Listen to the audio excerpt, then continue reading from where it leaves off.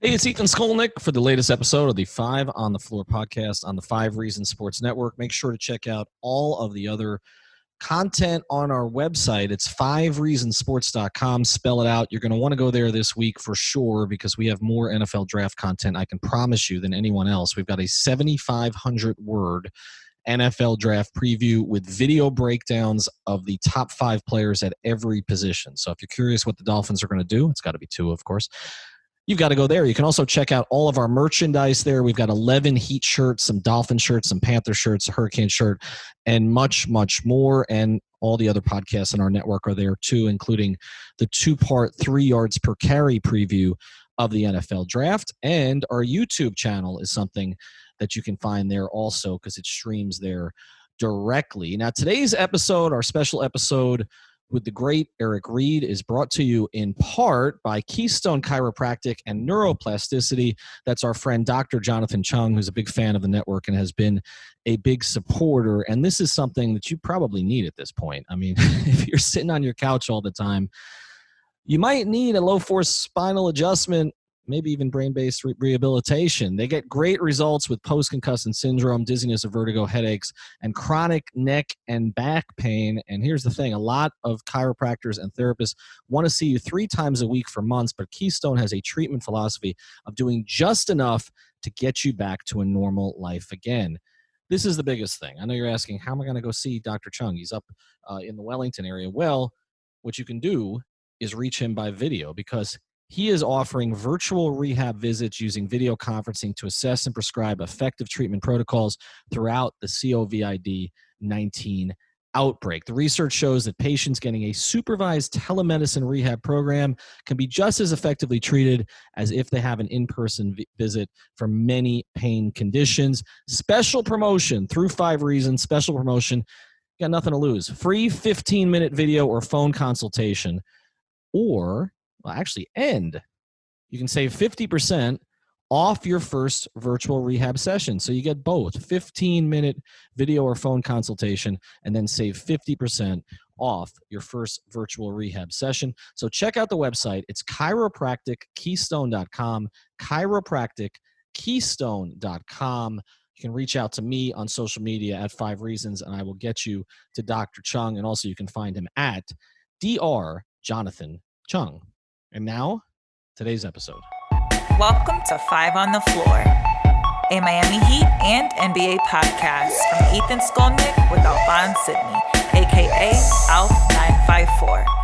Brought to you by the 5 Reasons Sports Network.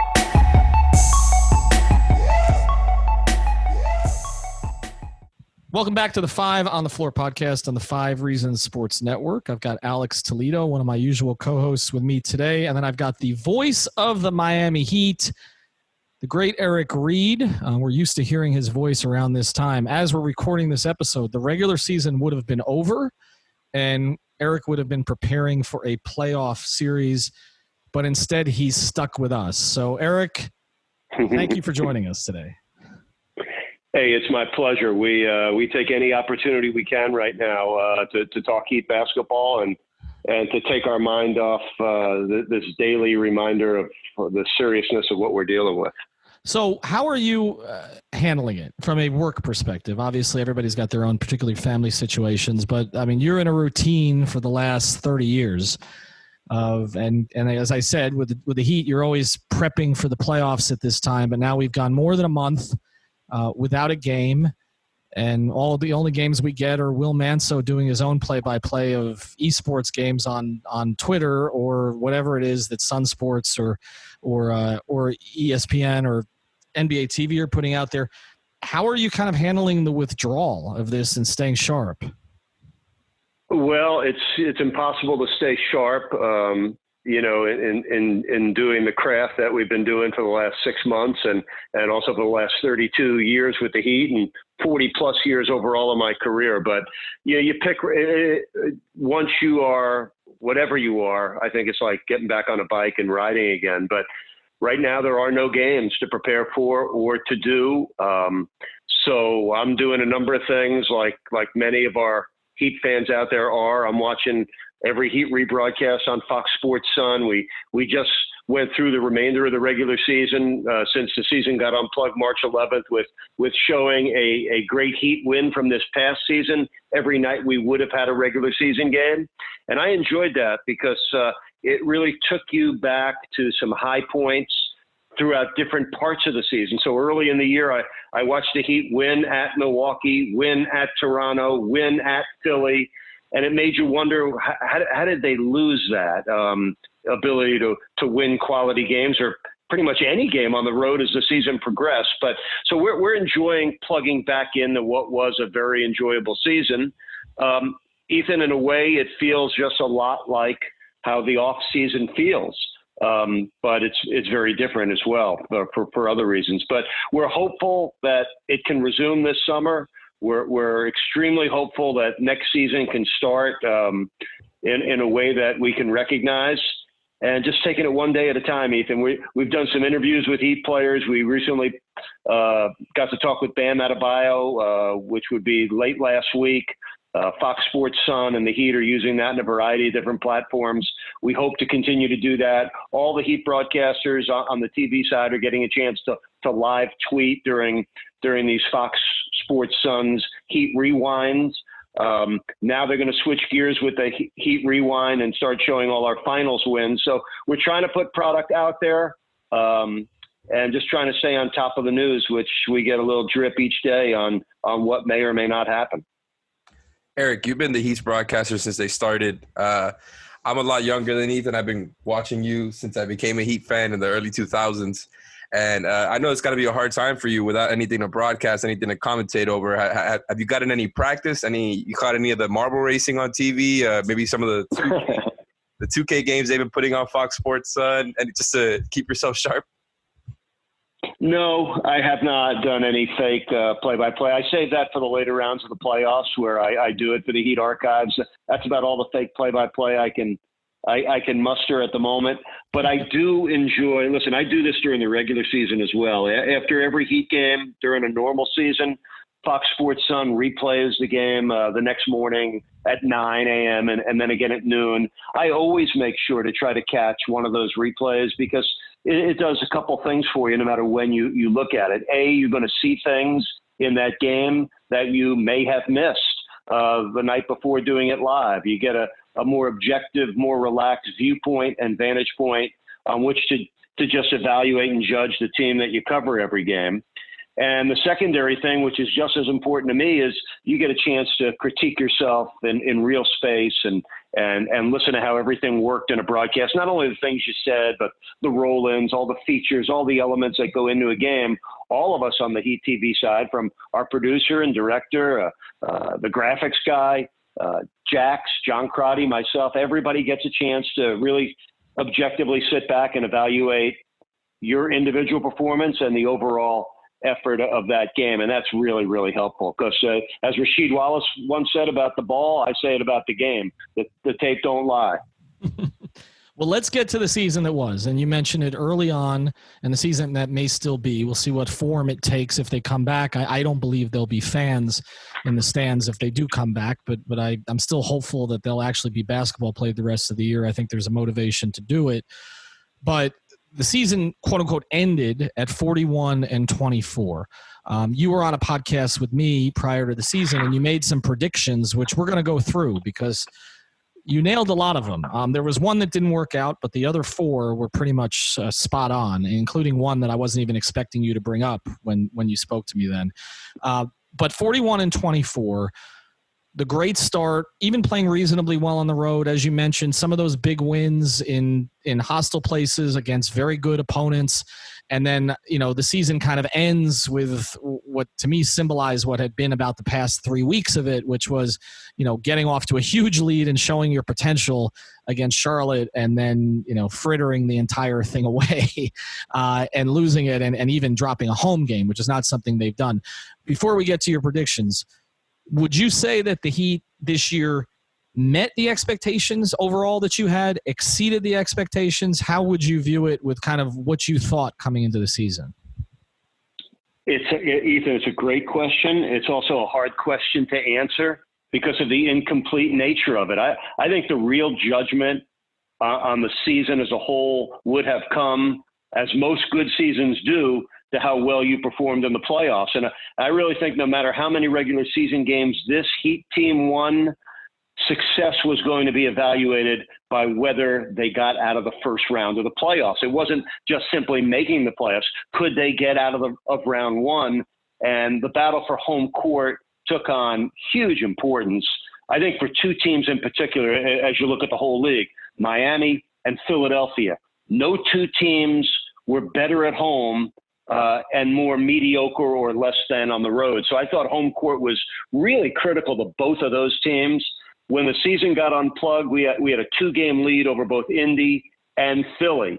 And now if the playoffs do get played, home court is rendered meaningless. There will be no home court. It would all be a neutral court thing. But from what we saw of the 41-24 record, for me, it exceeded expectations, and not just in the record, but just in the way the season played. I don't think any of us really could forecast Bam's, quick rise to all-star status, or Duncan Robinson and Kendrick Nunn's, meteoric rise. I don't think anybody saw those three things coming, or the trade that brought Crowder and Hill and Iguodala. We didn't see any of that coming. And the real irony for me, guys, is that I think, at least on paper, right now, this is the best Heat team we've seen this season, because you've added two guys that are really helpful, I think, in Andre Iguodala and Jay Crowder, especially when you consider what you flipped to get them. Three guys that were really not contributing this season to two guys that really could make a big impact, especially come playoff time. So that is an addition. And when you plug back in a healthy Tyler Herro and what would at this point probably be a healthy Myers Leonard, I think it's the deepest, the strongest, the most complete team we would have seen. And that's the pain of not getting a chance to see that group in a collective way capitalize on what they earned, a chance to compete in the playoffs. And I think as presently constructed, this team had a great shot to get past the first round. And once you do that and get a little postseason momentum in an Eastern Conference that is very balanced. Listen, the only team that looked like had a real edge over Miami in the regular season in the East was Boston. Against everybody else, the Heat played well. Philadelphia, Milwaukee, Indiana, Toronto. So Boston was the one impediment, and not an insurmountable impediment. So I think the playoffs would have served up some really great drama and a really unique opportunity for this particular Heat team. Eric, you mentioned the team being ahead of schedule, and that's something that I think is almost undoubtable at this point, right? I think people expected them to be a good team heading into the season, and they ended up being kind of a completely different team than I think a lot of people expect them to. They ended up being a lot better on offense than they were on defense, which is usually the other way around. And then on top of that, you've got, the whole young core that you just mentioned being way ahead of schedule. So how do you feel about them being way ahead of schedule at this point? I think the young core is something that is going to be, mentioned a lot going forward. And I think it's going to be the core of the group outside of Jimmy Butler. The young core made it more interesting, more entertaining, more unique. As Heat fans, I think everybody's used to veteran-led teams here in Miami. But the addition of, we didn't even mention Derek Jones Jr. So he's 23, Bam's 22. Duncan and Kendrick are the old guys of the young group at 25 and 24 respectively. And Tyler Herro is only 20 years old. Listen, the season started with everybody thinking Jimmy Butler's really going to have to carry this team. And what carried the team in Butler's regard, I think, was the one X factor for Jimmy that I did not know was coming was the great leadership. I knew he'd show consistent, great two-way play as an offensive player and as a defensive player. He did that. His ability as a stopper stood out. His ability as a playmaker and a guy that could get not only himself to the free throw line, but because he's drawing so many fouls, he's getting the other team in the penalty and his team into the bonus, and that helps everybody. But I think the leadership was something I didn't know quite what to expect. And I thought that was a real positive for Jimmy. He really infused confidence in all of those young guys. He didn't take confidence away. He gave confidence to all of them. And that was a real plus. But we all wondered, like, how long would it take to add a second star to a perennial all-star in Jimmy Butler, who doesn't have any time to waste now that he's in his 30s or 30 years old. And then the emergence of Bam. We all knew with the opportunity that he was going to take advantage of it. I don't know if anybody knew that other than Bam, that it was going to be 16 points, almost 11 rebounds, over 5 assists, 57% shooting, top 20 in steals and blocks. In my view, the best ball handling, playmaking big man in franchise history. He was third among big men in assists this year, behind only Jokic and Giannis. So he is the second star. He is not only a coach's dream because he wants to be great and win championships. He has a permanent chip on his shoulder of wanting to prove this to everybody. I think he's just beginning to his ascent as a perennial all-star. I think this year you could see him, winning any number of awards, including first team all defense, most improved player, maybe third team all NBA. I think all are within his grasp. So that's what's really ahead of schedule. You already have your second star. Now it's about adding to that.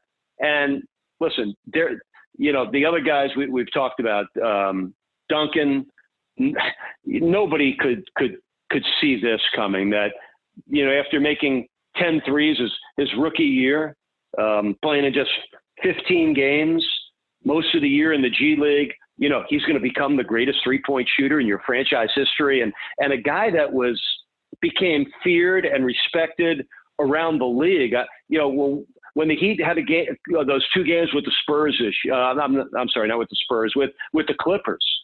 And in both of those games, I'm watching Kawhi Leonard defend Duncan Robinson, and nothing more than that stood out to me about the respect and the meaning that this guy both earned and had for the Heat.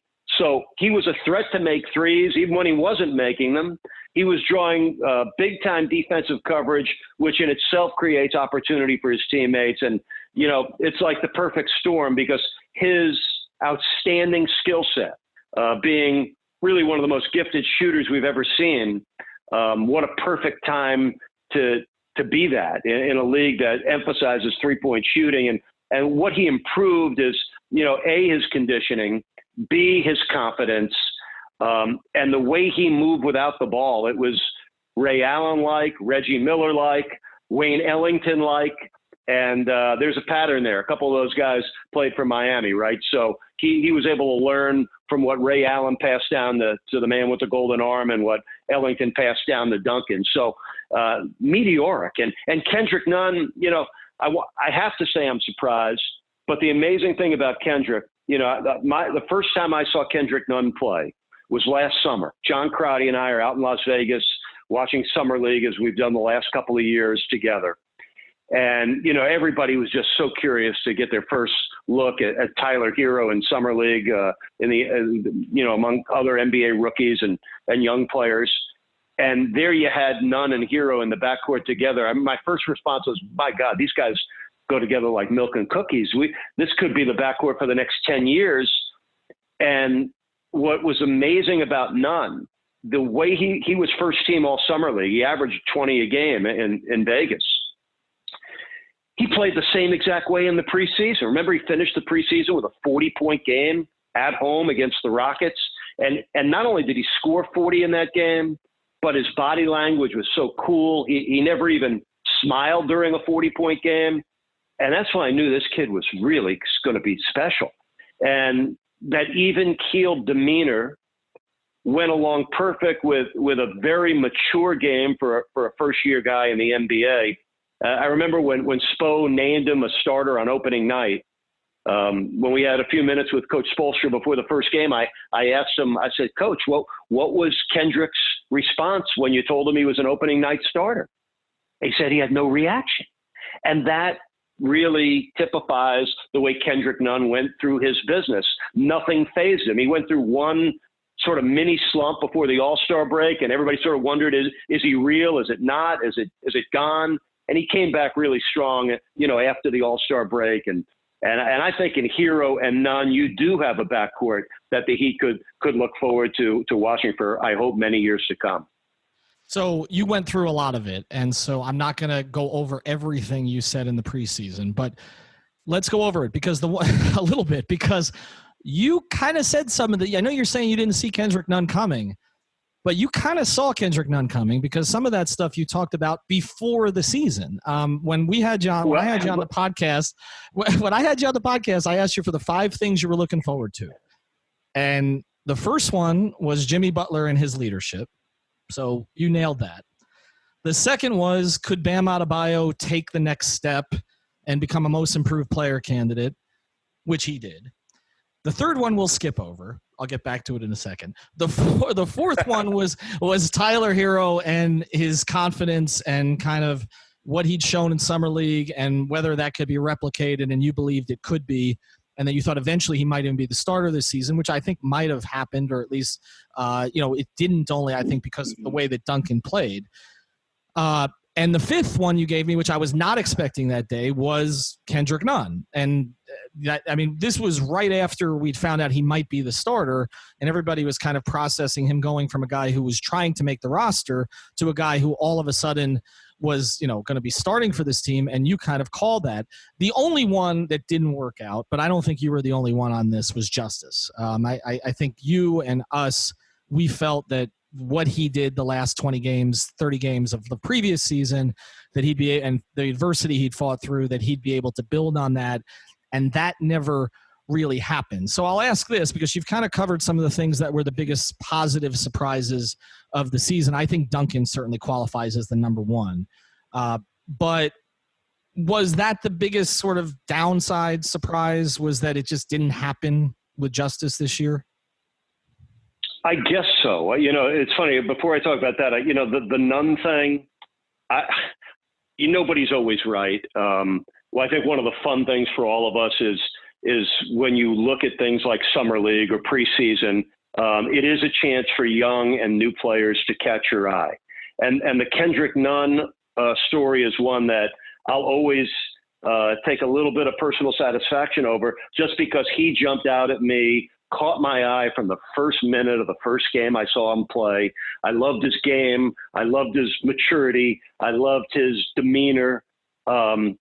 And I'm really happy it's worked out for him. It's a great second chance story, and I think he's just beginning to write that story. So I'm really happy that it's worked out that way for Kendrick, and not that surprised, but a little surprised how quickly that happened for him. I think going into the season, I had expectations that not only Justise Winslow would be a part of something good happening here this year, I thought that James Johnson and Dion Waiters were going to be part of it as well. So all three of those guys, to varying degrees, had very disappointing seasons in Miami, and they all ironically left in the same trade. With Winslow, there were so many factors. As I think we projected going in, he looked adequate to hopefully better than that as a point guard the second half of last season. I surmise that would be his initial role this season. We accurately sort of assessed in preseason that Dragic was not going to be the starter, that coming off knee surgery, Spo had an inclination, which was 100% correct, by the way, that the new role for Dragic moving forward was be slightly less minutes off the bench. It worked out really well for Goran and for the team. So I thought there was a chance that Winslow would be the opening night starter at point guard, which he was. But, Jimmy Butler, you remember, missed the first 3 games of the season. And then when Butler came back, well, I think what simply happened is, whose hands you put the ball in more, Butler or Winslow. And clearly that was going to be perennial all-star Jimmy Butler. And now all of a sudden you're looking at Winslow having to probably find a different avenue to contribute. It wasn't going to be his backup point guard. That was Dragic. So there was more competition for those minutes. And then he had the injury and never had a chance to sort of reestablish and find a new lane in which he could find a way to contribute. there was such a path for him. He didn't get to take it, and now wherever he winds up, and hopefully he's going to be able to play for Memphis, let's say next season. But Jean Morant is going to have the ball in his hands. So Winslow's days as a point guard may or may not happen. So he's going to have to find and embrace a role as, a secondary ball handler, a defender, a hustle guy, and a guy can do some of those other things and not rely on what has been the weakest part of his game, and that's shooting three. So unfortunately for Justise, the weakest part of his game is now the most accentuated part of the NBA game, and that's perimeter shooting and three-point shooting for perimeter players. So, I'm hoping Justise gets healthy again and can find his way to be a contributing, productive, happy NBA player. All right. When we come back from the break, I want to get into some history with Eric, and also we're going to get him to evaluate our team. So that's going to be fun. Back in a second. All right, we'll get back to Eric Reid and our conversation with him in a second. But before we do, as we said, we've got some great sponsors here at the 5 Reasons Sports Network. And the really terrific thing about it is they're all local. They're from here. They're South Florida. They're South Florida sports fans. You're going to start hearing from some of them here on the podcast here over the next couple of weeks. And one of them is our friend Luis Peters, and he is a representative for State Farm. And of course, you're familiar with State Farm, and his agency represents what is the #1 auto and home insurer in the entire United States. There are more than 60 years of combined experience in the insurance industry, and these are local agents that understand South Florida's unique market. We're not just like anybody else, as you know. And usually there's walk-in access. Of course, we're dealing with a coronavirus crisis, but there's still 24/7 access. Call in or click in. Here are the ways that you can do that. The phone number is 305-275-5585. Again, that's 305-275-5585. Or you can just check out luispeters.com. That's LUIS Peters.com. Another way to get in touch with him, you can argue South Florida sports with him. I know he's a big Tua guy. He got one of our T-shirts at SF Agent Peters. Again, that's at SF Agent Peters. He's based right here in Miami. There are no cookie cutter solutions in insurance, and he doesn't treat it that way. It's personalized service tailored to every customer. Another great sponsor and a sponsor of this particular episode, and this is someplace I think that you're definitely going to want to check out. We don't recommend just any podcast, as you know, and one of the ones we do recommend, it's called Lessons via Leaders, and it's a weekly podcast show where they interview a new entrepreneur, founder, or thought leader every single week. Many of the guests are local leaders here in South Florida that have built huge businesses and fostered large communities and movements. Each show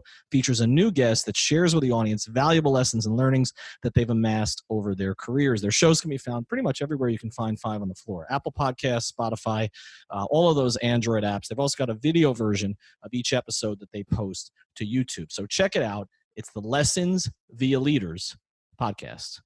And now, back to Eric Reid. All right, Ethan Skolnick back with Alex Toledo and Eric Reid. And before we get to our teams, for people who don't know, myself and Greg Sylvander went through and picked what we thought were 30 of the most impactful players in Heat history based on their time here, not based on their time playing for someone else. Obviously, Eric broadcasted all of these guys. And we went through it. We actually picked 29. We put 4 on a poll because our audience is so young. The guy who won the poll as the 30th guy was Josh Richardson. Then we took the 30 players.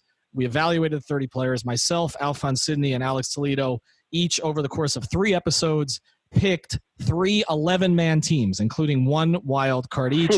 And then we had George Sedano come on and basically tell one of us, not me and not Alex, that their team was garbage compared to the other 2. So we're not going to make you go through the entire thing here, Eric, but we're going to throw a little bit of our teams at you because there's nobody more qualified to sort of engage on this and say who would win a particular competition. And we did it, Eric, based on today's game. So sort of thinking about how these guys would fit a little bit more today. And again, only what they did during their Heat careers.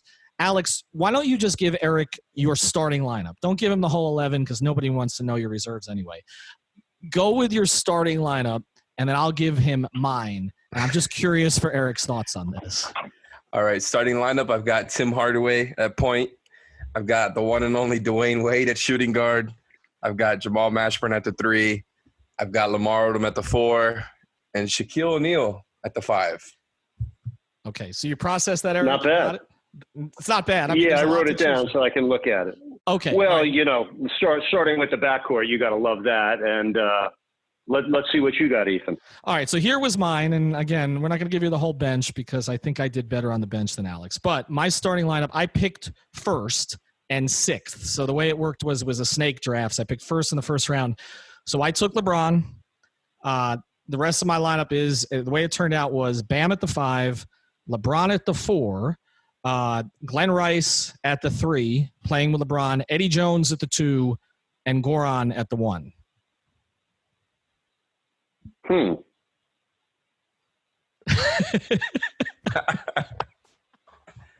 We've left him speechless. We've left him speechless. That's pretty interesting. Wait, should we give him Alf's starting lineup? Okay, so we'll give him Alf's starting lineup. Okay, Alf's starting lineup. Alf picked 3rd, so he had 3rd and 4th, and he went with, this is interesting, curious for your thoughts on this, he went with Bosh and Zoe for Heat Peak, not Bosh and Shaq. He thought it would be a better fit because a lot of this came down to fit. He went with Bosh and Zoe. The rest of his starters, top of your head, Alex, his 3. Oh, he's got Steve Smith in the backcourt. Jason Williams. 2 with Jason Williams, and his 3 is Jimmy Butler. So it's Zoe, Bosh, Butler, Steve Smith, Jay Will, his starting 5. You know what? They're all good groups. I like your team. I like your starting 5 the best. Ethan, with LeBron, Bam, Rice, Jones, and Dragic. Okay, now why? I'm just curious for your thoughts on this because Sedano picked me too, but not because of my starters. He actually picked because of my bench because I guess while we're at it, Alex, my core bench, I have Marley, Posey, Chris Anderson, P.J. Brown as 2 of my backup bigs. I'm sorry, now top him. Oh, Gary Payton is my backup point guard, although LeBron's going to play a lot of point for me. And then the 11th piece is eluding me. But that was basically my core. Oh, and Antoine Walker as a backup 3. You guys are breaking my heart. Nobody drafted Cycli or Sherman Douglas, did they? That's not true. That's not true. Cycli was drafted by Alf. He was drafted on his bench. He's one of about 6 bigs he has on his bench. I don't know why he drafted so many bigs. They're not going to all play. He drafted Haslam, Brian Grant, and Cycli. So he's got a crowded front court on his bench, and he has no shooting except Duncan Robinson on his bench. Sherm was not – I'm curious for your thoughts on this. Sherman was discussed. We all talked about Sherman, and I actually put Sherman, myself and Greg Sylvander, put Sherman on a poll. We put Sherman on a poll as along with 3 others, which was Josh Richardson. This was for our 30th guy. Josh Richardson, I believe, Bruce Bowen, and Anthony Mason. And Josh Richardson won going away because our audience is mostly, Right. But I'm curious for your thoughts. Would Sherman belong in your view? You know what? I'd have to sit down with, pen and paper and list my top 30. That's an exercise I have never done. That's just, I have a heart-to-heart connection with Sherm and Cycli and a lot of those early players. There's a lot of forgotten things when you have 32 years of history, and those teams didn't win much. But those players meant a lot to those of us that were around to watch this franchise from the very beginning. But, the history has gotten a lot richer and a lot bigger things have gotten forgotten. I even think our second championship against Oklahoma City, to me, it's the stepchild of the 3 championship seasons. I think most people tend to overlook and forget what the Heat did in that series. And to me, that series continues to look better as time has passed when you see what, Westbrook, Harden, and Durant have all become. Well, to that end, we just did another episode also, which I think by the time this airs will have already aired. And you're, again, the best authority on this. There's been a lot of stuff put out on Twitter lately because people are bored. And they're putting out comparisons, right? So, pick one, start one, bench one, cut one. And it's like, Dwayne's career, Kevin Garnett's career, Dirk Nowitzki's career. And then there was another one the other day that got some argument on who would win, the 06 Heat or the 09 Lakers, two of these championship teams. But the one that really caught my eye and Alf and I ended up doing a podcast about was Andy Bailey of Bleacher Report put up what he viewed was the 10 best starting lineups of the past 20 years. And he didn't have a Heat starting lineup on it. So it's like the big three did not happen. He had 3 Warriors lineups, a Cavs lineup, a Celtics lineup, a couple of 3 Lakers lineups. And it got Alf and I to thinking, I feel like that era, for as big as it was, and we were the center of the basketball world, as you know, Eric, for 4 years, right? Everybody was here. You had Heat Index. You had, everything LeBron said, everything Spo said, everything Dwayne said, everything Chris said. And then I feel like it's kind of, like you said, a little bit whitewashed. I feel like the national media, it's like it almost didn't happen. When LeBron's talked about with championships, it's like, well, the 2016 was the most important because Cleveland hadn't won in 50 years. Or, the Lakers are relevant now. That's more important than the Heat having been relevant. Do you feel that at all? Because I know how you feel about the organization. I know Heat fans feel it. But I kind of feel like in a lot of ways, as big as the Heat were, and I thought they were the biggest team in the world for 4 years, any team, that they are the stepchild a little bit. Have you sensed that? Not really. It reminds me of one of Pat Riley's favorite quotes about how true warriors don't live in the past. And welcome to, witnessing something that was historic and then have it, be a house on the side of the road that you have passed. So I think that's been one of the things that I've enjoyed most about this time suspended for us right now. Watching replays of the Heat's Big Three era, in particular the 2013 finals, when the Heat beat the Spurs in what I consider, if not the best, certainly in the discussion of one of the best NBA finals ever. At minimum, you had 7 future Hall of Fame players in that series, 2 future Hall of Fame coaches in Pop and Spo, and a series that had so much drama, some of the biggest plays ever made on the championship stage. So for me, that will never get lost.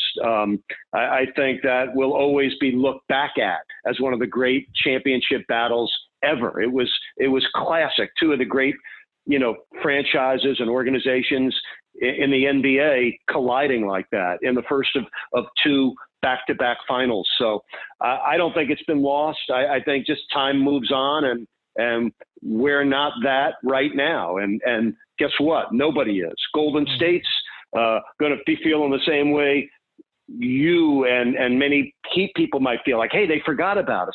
And that's not forgotten. It's recorded as a part of the great history of this, terrific league. So I think the Heat has secured its spot as a historical franchise. And those 4 years, time has moved on and marched on, but that team, that era will not be forgotten. I think the 2013 finals will serve as the torch for that entire 4-year era. Eric, one last question. Since you're talking about the finals here, is there anything you would like to add about the 2006 finals? Have you done any rewatches on that series? Dwayne Wade and what he did in that finals. Is there anything you want to add there as far as his performance, seeing the guys from that team, Jason Williams and James Posey and Gary Payton, Antoine Walker? That's a team that we've been talking about a lot recently with the draft episodes and kind of, Ethan being somebody who was against it at the time. And I think it would be interesting to hear from your perspective. You have to bring that up, that I didn't like the trades in the 05 offseason. Anyway, forget that. Go ahead, Eric.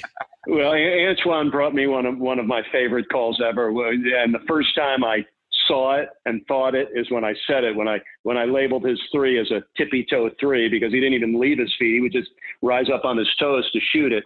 But yeah, listen, that team will be one of my favorite teams for all time. There's something special about your first championship. There was a lot special about that for Miami. A couple of things that jumped to my mind first is Ron Rothstein and Alonzo Mourning. I felt like they were 2 of the most deserving people in the world, that they were brought back and that they were big parts of the Heat's first championship. Of course, Ronnie was the first head coach in franchise history and had the toughest task in the history of the franchise, coaching when the team was an expansion team, going through those first 3 years with 15, 18, 21 wins. So he deserved that. And no player deserved it more than Alonzo, who was the fire-breathing, fire-starting catalyst big man, for the franchise when Pat brought him in. One of the probably the first big thing that Pat did besides taking the job with Miami was acquiring a franchise centerpiece to build around. So they both came back in their encore and were part of that team. The second thing that jumps out at me, the sheer greatness of Dwayne Wade. He averaged almost 40 points a game in the 4 victories. That was the pinnacle of his career. There was nobody better than Dwayne at that time in the NBA, and that was one of the great finals performances in NBA history. And the last thing is just remembering, the folklore and the legend of it, down 0-2, and the stories of Pat Riley at the Heat's practice in Miami before Game 3, just telling the players, June 20th.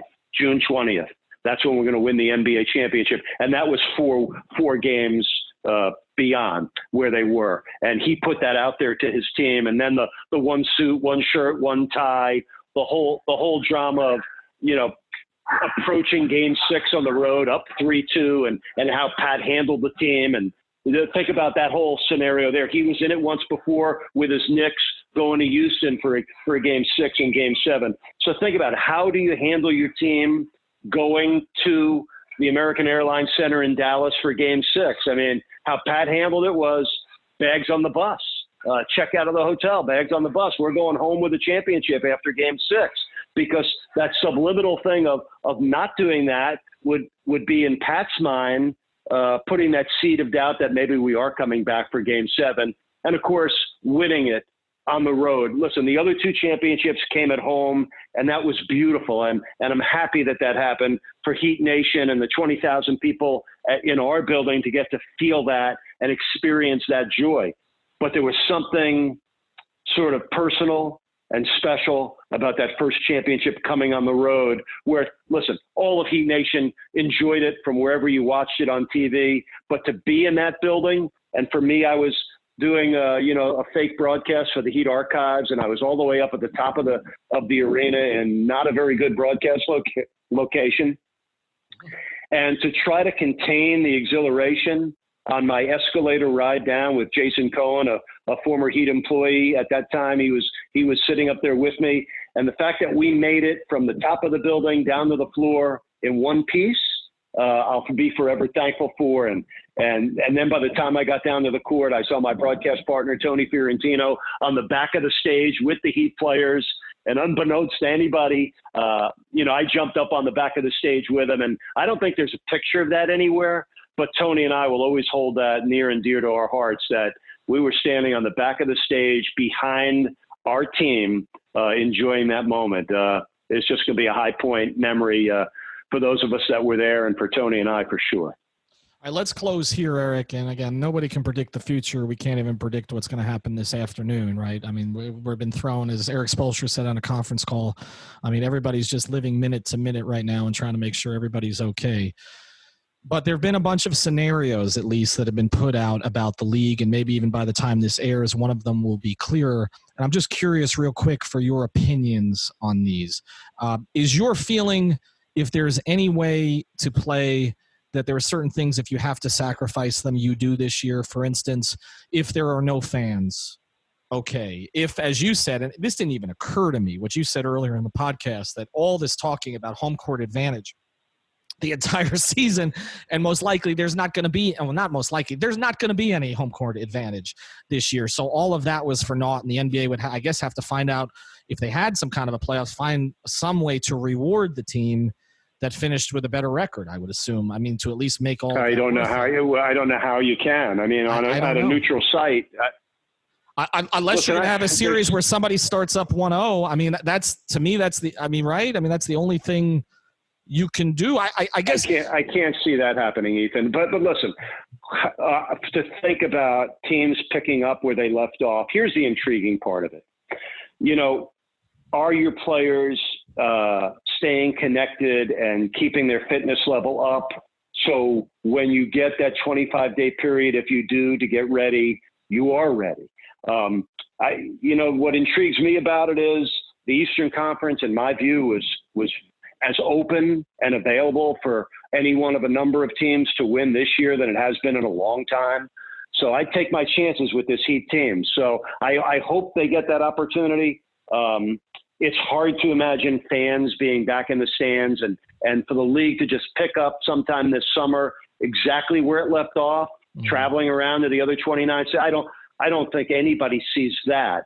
I hope we can get to that when next season begins. And there's even some doubt about that right now. So I guess I don't really have any predictions. We just have hopes and aspirations, and we hope it returns, not only for our individual selfish reasons to wanting to go back to work, but for everybody to have the enjoyment of watching NBA basketball again. It would be a positive move. It would show that we are at that point where we can take that next step. And obviously, as we speak today, we're not there yet, but one day at a time, and smarter minds than ours for sure. And I have great trust and respect for Adam Silver's judgment. And when you think about it, it was his pulling the plug on the season March 11th that I think really sort of opened everybody's eyes around America that this was something we had to pay much closer attention to than most people were at that time. So I'm proud of what Adam did and that the NBA led the way. And guess what? Maybe the NBA will help lead the way back at some point, and we hope that's sooner rather than later. Yeah, to me, he's the best commissioner in sports and maybe the best commissioner or one of the best commissioners all time. Final thing after the final thing, because as you mentioned this, I'm just curious about this. That final game against Charlotte, how much did you know as you were doing the broadcast? Did you know what had happened with Rudy Gobert and the situation in Oklahoma City? Because we started to find out in the crowd, and I was talking to the ushers, and I'm like, this will be our last game this year. Like it felt like that even coming into the arena that night, to be honest. There was less traffic coming into the arena.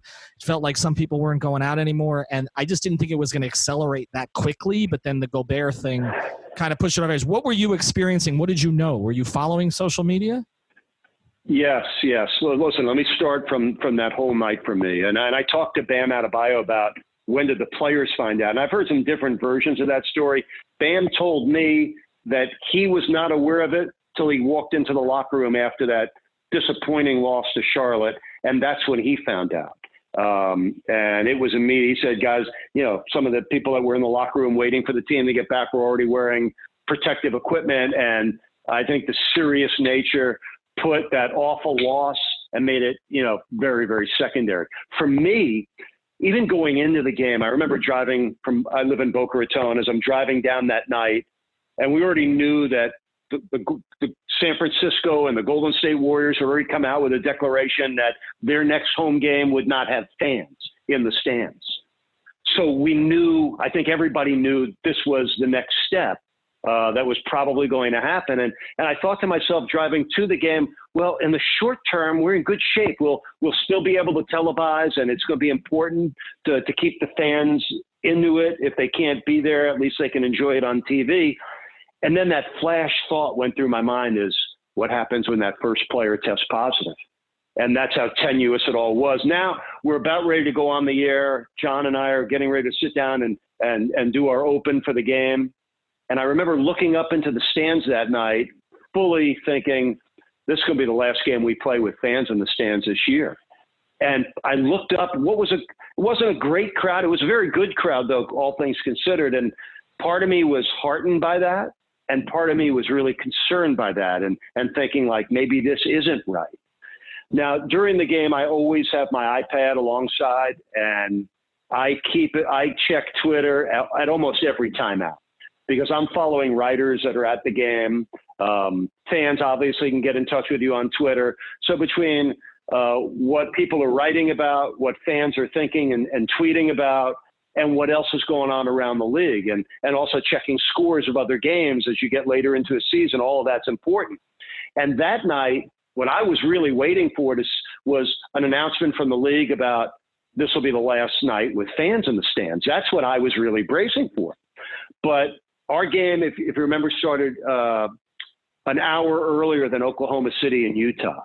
And the first sort of warning signal, and it was a strong one that I saw that night during our telecast, was that the Oklahoma City-Utah game had been postponed. And both teams, so I'm aware that both teams were out on the court warming up, and then that both teams went back into their locker rooms. I was like, wow, I wonder what that's about. And then within a half hour of that, it comes out that Rudy Gobert tested positive. And that hit me right between the eyes. And that was that one piece of the NBA's Jenga puzzle that if you pulled that out, the whole thing came tumbling down. And now, it was as unusual a broadcast as I've ever been through in 32 years with the Heat and 40 plus years as a basketball announcer, where now you're conflicted and you're put to a different test too, because the game you're broadcasting all of a sudden became secondary to this huge story that was unfolding in real time with no time to plan. And so between myself and our crew and our leadership of Ted Ballard and AJ Speaks in the truck, we would talk about it, at commercials over the talkback system and how do we cover this? How do we hit? And we made the decision, I'm going to take full accountability, to go with that information. I felt like it was really important to document that story. And so I told the story about Oklahoma City and Utah. I reported that it's being reported that Gobert tested positive. And so we kept people up to the minute with that. And that had us all on our toes and to do some of your best and most credible work at a time of great duress. And it really made, what was the worst loss of the season at home almost meaningless by the time the game ended, because I would say halfway through the fourth quarter is when the NBA put out a tweet that the league would be suspending operations following the games that night. And of course, we reported that on the broadcast as well. So there was a lot that went into the final quarter and a half of the last game we called. And it was a very strange and surreal night. And when the game ended, we all have our post-game routines. Mine always ends with a trip up to the family lounge, get a bottle of water for the ride home, whatever. Usually I'll spend 10 to 15 minutes up there to let the traffic die down. I think all the Heat broadcasters met up there that night, and we sat around for over an hour. And I don't even think there was that much conversation, but it was sort of a stunned semi-silence. And they get 5-6 broadcasters into a room, and it's quiet.